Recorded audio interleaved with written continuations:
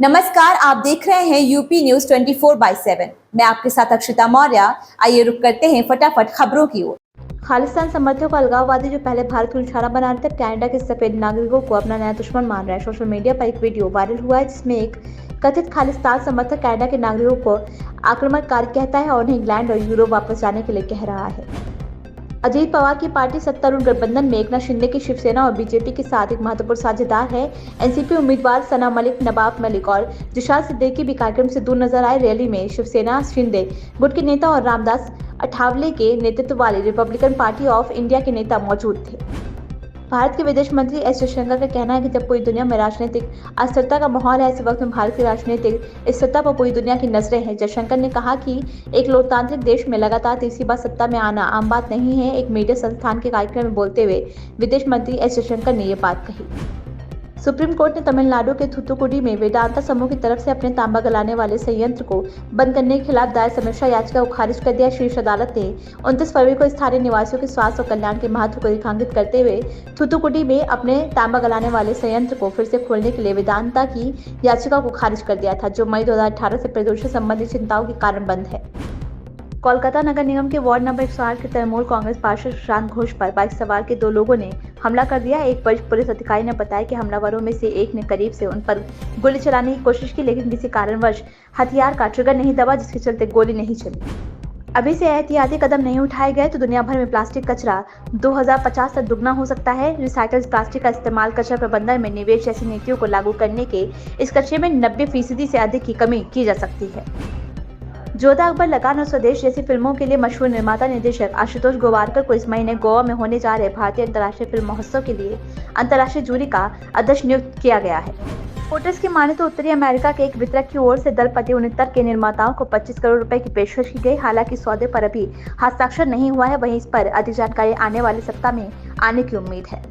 भारतीय कप्तान रोहित शर्मा दूसरी बार पिता बन गए हैं। मीडिया रिपोर्ट के अनुसार रोहित की पत्नी रितिका ने बेटे को जन्म दिया है। पिछले कई दिनों से खबरें आ रही थी कि रोहित की घर जल्द ही खुशखबरी आने वाली है। रोहित और रितिका का यह दूसरा बच्चा है।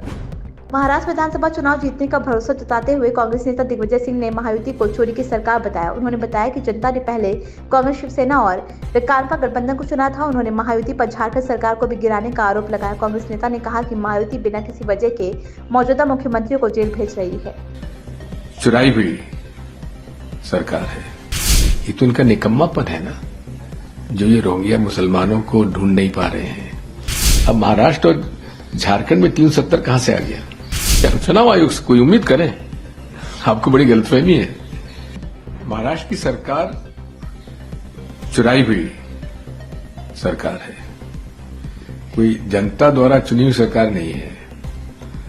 जनता ने जो गठबंधन कांग्रेस, एनसीपी और शिवसेना का जिस पर उद्धव ठाकरे जी के नेतृत्व बनी थी, वो जनमत की सरकार थी।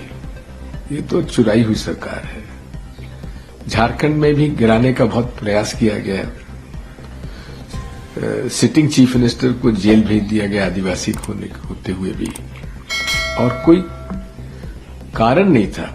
और अदालत ने तो ये बताया कि साहब इनको गिरफ्तार किया क्यों जब जमानत हुई।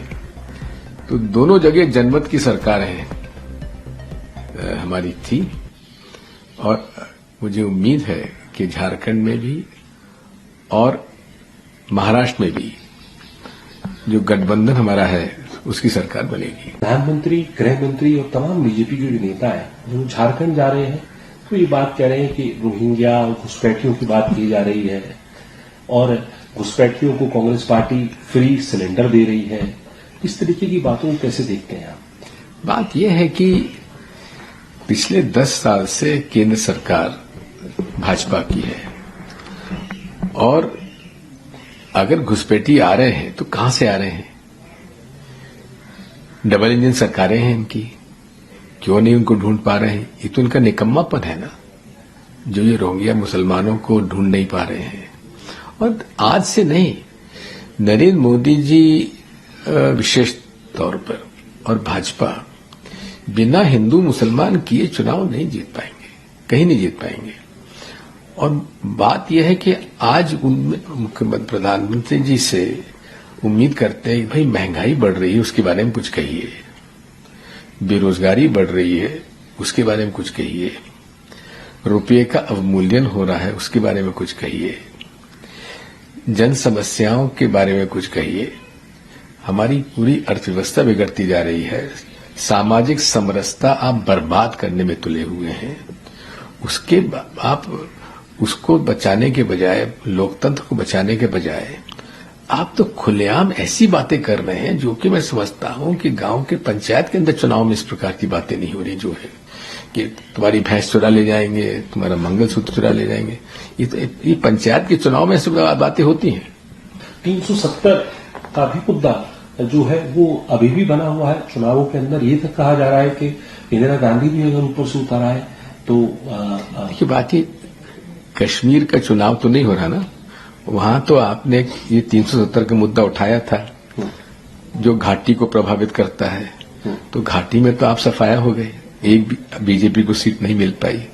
तो 370 का फैसला तो वहां के मतदाताओं ने दे दिया। अब महाराष्ट्र और झारखंड में 370 कहां से आ गया? कांग्रेस अध्यक्ष भी कह रहे हैं कि हमने 370 रिस्टोर करने की बात कभी नहीं कही, ये मुद्दा सिर्फ इसलिए लाइव रखना चाहते हैं कि सीधे तौर पे चुनावी फायदा हो। आपको उम्मीद है कि कांग्रेस पार्टी ने जो एलिगेशन लगाए हैं कि चुनाव आयोग का दरवाजा, चुनाव आयोग से कोई उम्मीद करें?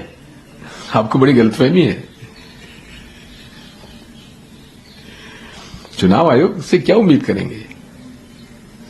कम से कम मुझे तो बिल्कुल उम्मीद नहीं है। पूरी तरह से पक्षपात और एक पक्षीय चुनाव आयोग हो चुका है। इन खबरों में बस इतना ही। बने रहिए यूपी न्यूज 24/7 के साथ।